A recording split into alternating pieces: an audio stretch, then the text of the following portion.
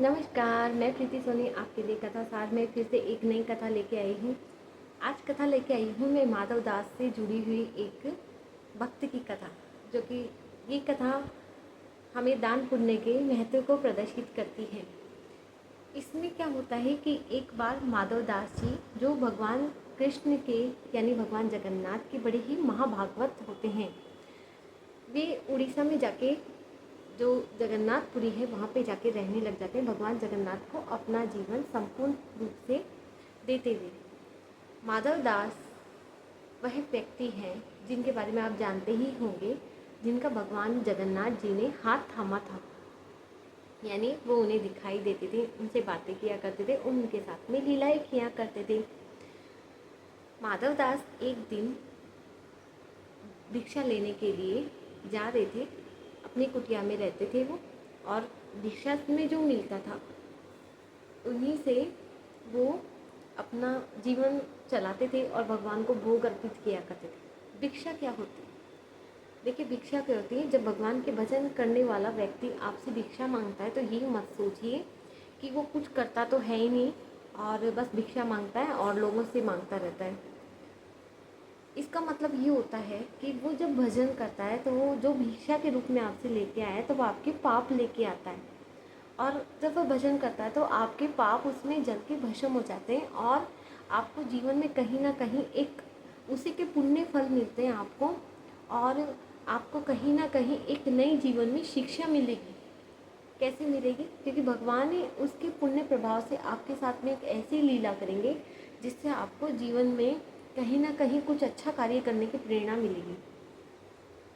माधव दास जाते हैं भिक्षा लेने के लिए और बोलते हैं कि एक घर के आगे रुकते हैं। वहाँ पे एक बुढ़िया अम्मा होती है, बहुत धन संपन्न से होती है और धनशाली होती है, समझिए बहुत ज़्यादा धन होता है, धनी होती है वो, लेकिन उसके आगे पीछे कोई नहीं होता है। उसका धन में अत्यधिक मोह था, वह आप ये एक कपड़ा तक किसी को नहीं दे, इतना ज़्यादा उसने अपने जीवन में धन से मोह था और कुछ भी दान पुण्य नहीं किया था उसने। कुछ भी वह करना है, लोग बोलते थे अरे किसके दरवाजे पे आ गया, अगर एक हवा से तिनका भी उसके घर से उड़ के चला जाना तो उसके लिए भी लड़ लेती है। और वो बैठी बैठी घर के बाहर अपना उसका चूल्हा होता है, उसको वो चौका पूतती रहती है, जिसे मिट्टी और गोबर से मिलाते थे पहले, उससे उस पानी से स्त्रियाँ चौका पोता करती थी। तो वो चौका पोत रही थी तो माधवदास वहीं आ जाते, हे अम्मा, भगवान जगन्नाथ आपका कल्याण करेंगे, आपके पास में कुछ भी अगर इस व्यक्ति को देने के लिए कुछ है तो आप कुछ दीजिए ना अम्मा, मैं प्रसाद बनाऊंगा भगवान को, कुछ भी दे दीजिए, चावल आटा दाल, थोड़ा सा तनिक घी चीनी दे दो ना, मैं आज भगवान को भोग लगाऊंगा, हलवा बनाने की इच्छा है मेरी। या यूँ समझिए ठाकुर जी महाराज की इच्छा है कि हलवा खाने की। ओह, तो इतने में वह स्त्री इतनी अत्यधिक क्रोध में आ जाती है, भगवान के नाम पे लूटता है लोगों को, कुछ भी नहीं है तेरे पास में, हाथ दिए भगवान ने कर। तो बोला कि मैं क्या करूं, मैंने तो अपना सब कुछ भगवान को सौंप दिया है, बस भजन में बचा कुचा जीवन उनको अर्पित करता हूँ,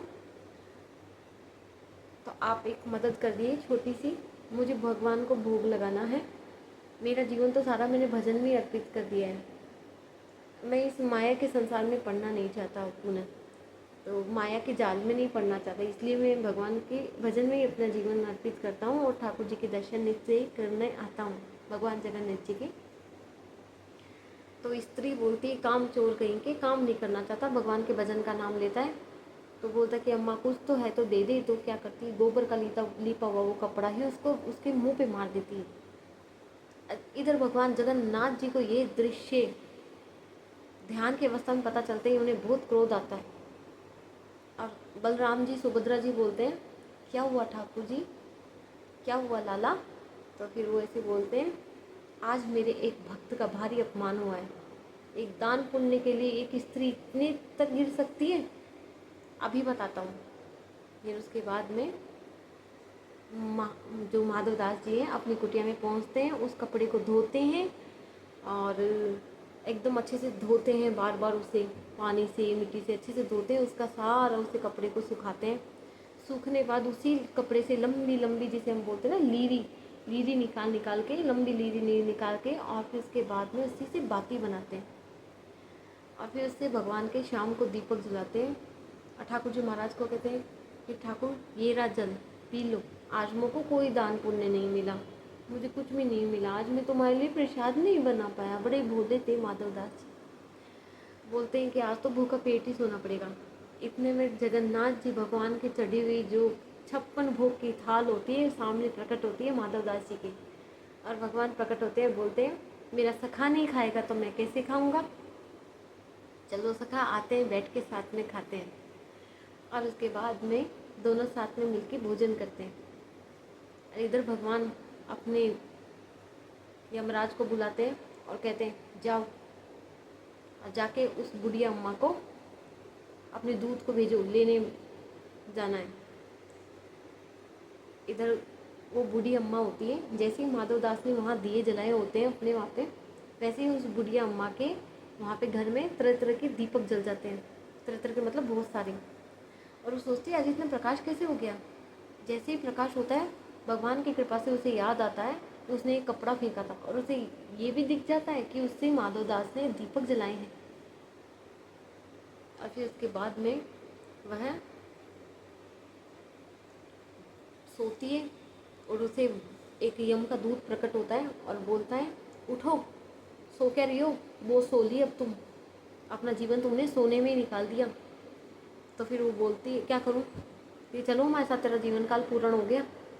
तो फिर वो ऐसे बोलती है रुको रुको, थोड़ा साड़ी कपड़ा गहने का डब्बा निकालती है भयंकर भरा हुआ, और फिर एक मटका निकालती है सोने की गिन्नियों से भरा हुआ, मोहरों से भरा हुआ, ये तो साथ में ले चुकी हूँ।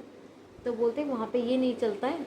तो वो बोलती तो क्या चलता है वहाँ पे, तुमने क्या दान पुण्य किया है, वही पुण्य कर्म वहाँ पे चलते हैं, वो है वहाँ का जो धन बैलेंस है। तुमने कुछ भजन कीर्तन किया है अपने जीवन में। तो फिर उसे याद आता है वह बात जो उसे बोलती कि भजन कीर्तन में निकाल दी अपनी ज़िंदगी, कामचोर कहीं के। तो फिर उसे बहुत दुख होता है, वो सारी बातें उसे याद आती है जो उसे वो कामचोर बोली थी कि भजन के नाम से लोगों को ठगता है।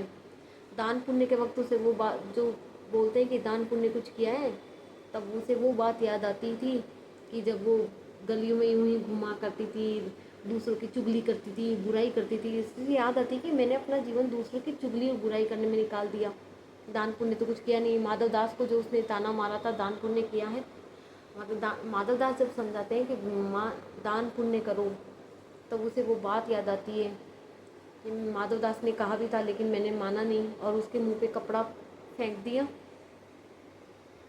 तो वो चलो वहाँ पे उसे पकड़ के ले जाते हैं।